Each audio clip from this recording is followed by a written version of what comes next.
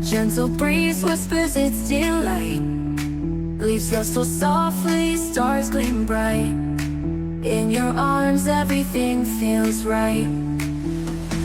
Moonlight paints our shadows tall. In the breeze I hear your call. Autumn breeze in the night so tenderly. In your embrace I feel so free. Every sigh, every touch we share. In the autumn breeze I know you care. Stars above, a blanket of delight. In your eyes, the autumn night. Walking through the amber glow. With you beside me, love starts to grow.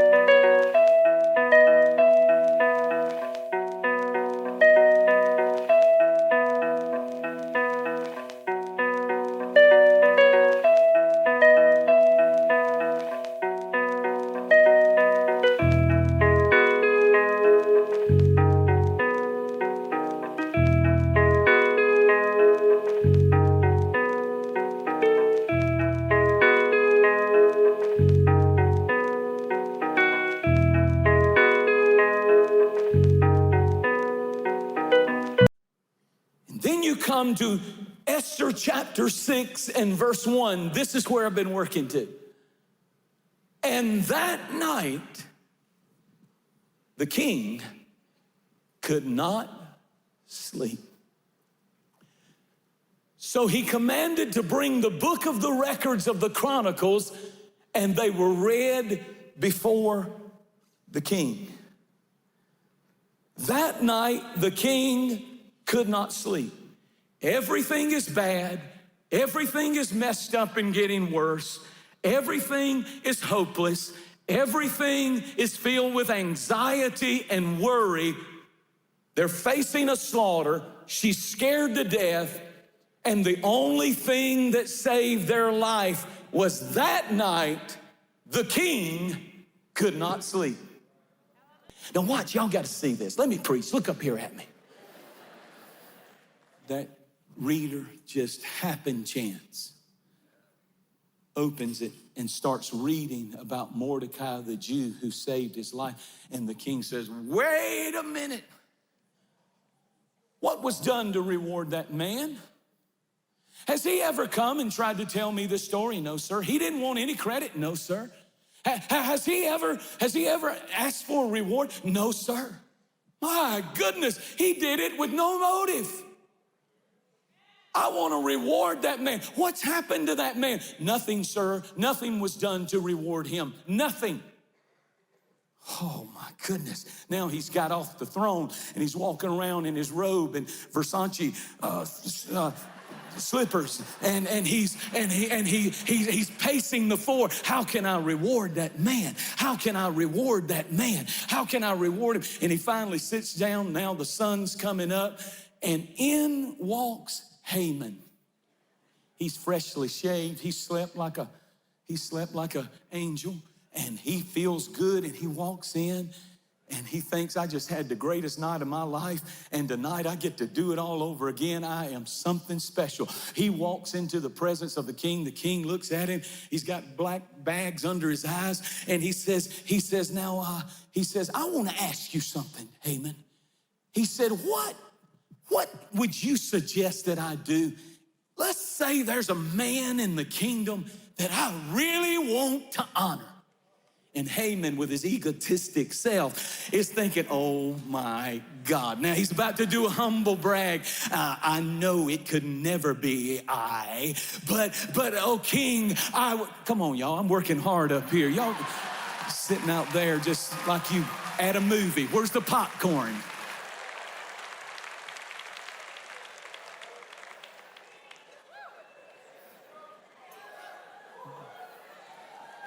I'll preach to myself. This is how I preach. That's how I talk to myself when I read stuff. But he says, let's say there was somebody I wanted to bless, Haman. I mean, I really wanted to show honor and show the whole nation, this guy is a big deal to me.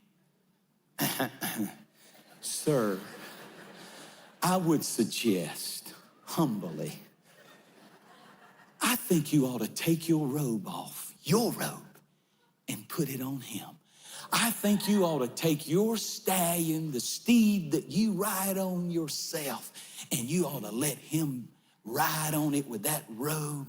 I think you ought to take some pipsqueak, some minor, lesser person, and let them guide the bridle of that horse on a rope and walk through the streets, and as trumpets are blasting, tell all the people, the man in whom the king honors is before you. And instantly the king said, that's brilliant, I love it. So here's what I want you to do. I want you to do everything you just said, Haman, but do it to Mordecai the Jew. And he said, by the way, I think you're important enough that you should be the one who's leading the horse, screaming the man who the king wants to honor. This is the man on the horse. Well, I don't know who I'm preaching to, but stuff you're worrying about, you've forgotten who your God is.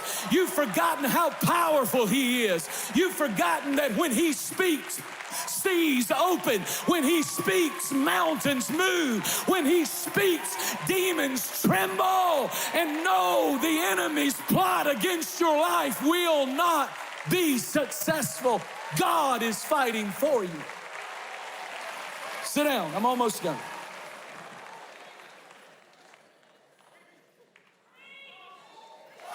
So, don't you know how humiliating that was? The man whom the king honors. The man whom the king honors.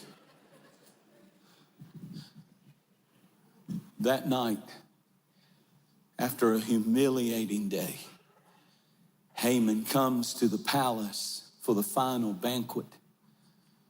Queen Esther is there. They eat.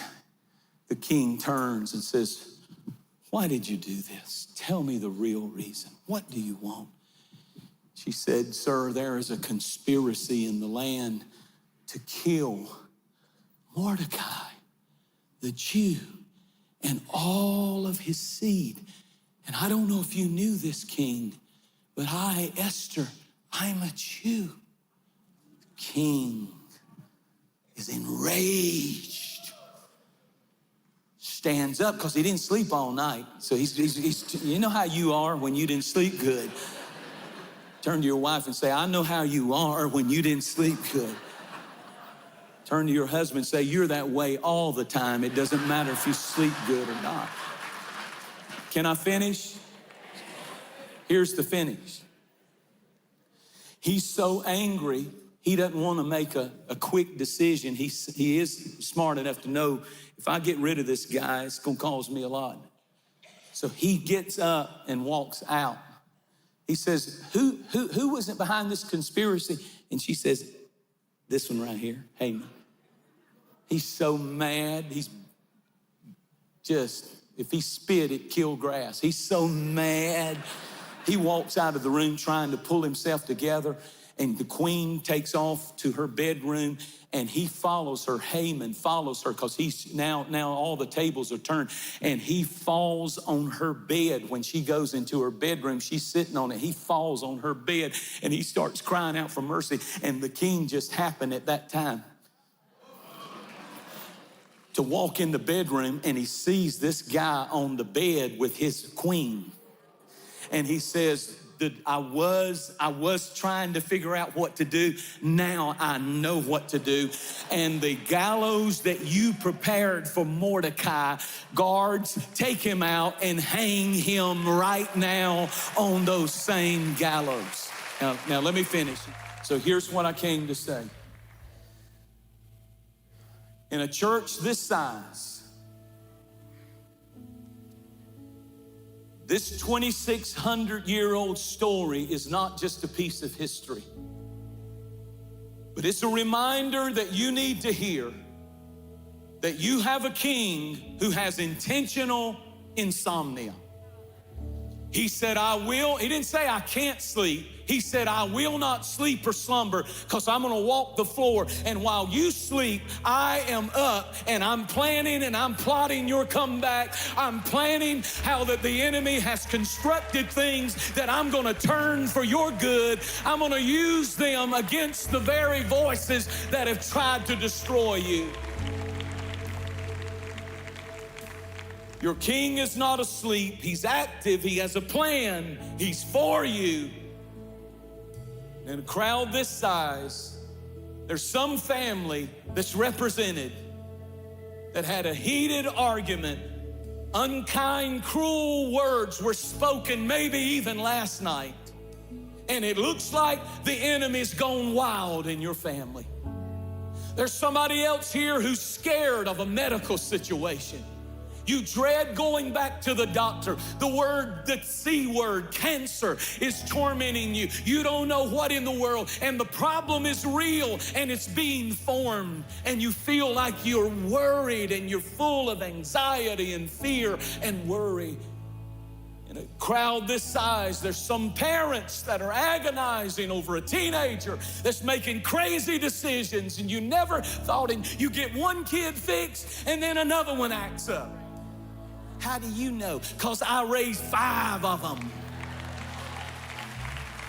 You get one thing fixed and here's another one, and you feel like you're losing your mind. And where is God? His name's not even in this family, apparently.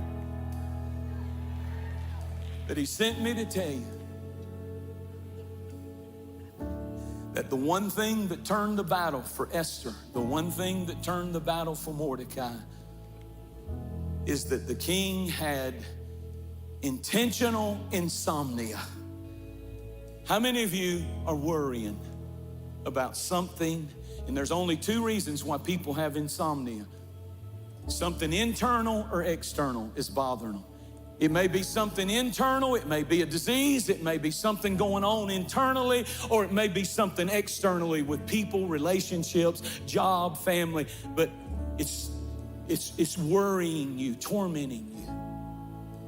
Jesus said, come unto me, all you who are weary and heavy laden, and cast your worry on me, for I can handle it. And your king is not asleep, he's awake. The king can't sleep as long as you have a problem. You don't believe he loves you. You're not a somebody. You're the bride of the king.